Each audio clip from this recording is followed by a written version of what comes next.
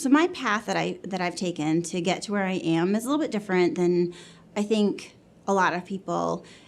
And part of it is here I am today. I have 5 degrees. I have 3 masters, a doctorate, and an undergrad degree.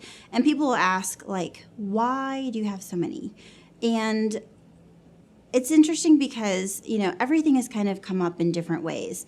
I was interested in one thing. I found that I had an interest in something else. And I've always been able to build on what it is that I do. So that's been great because, I haven't ever, had to like start all over. It's always been in healthcare.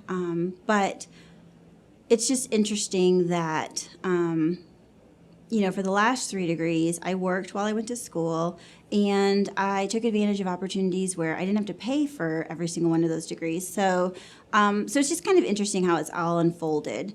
But, as I discovered, an area of interest of mine, like for instance, I thought teaching would be great. So, in order to teach at a university, I had to get a doctorate. So that kind of led me down that path.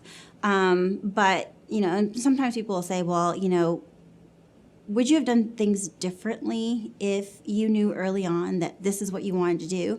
And, I tell people all the time, yeah, you can always, hindsight's 2020. Looking back, you can always say, well, I coulda, shoulda, done things differently. But I've had such great experiences and so many exciting things that have happened that I don't regret any of it. So, I tell people just, everyone has a different path, and this was mine, and I am doing what I love, and I've always done what I love. So it's been great.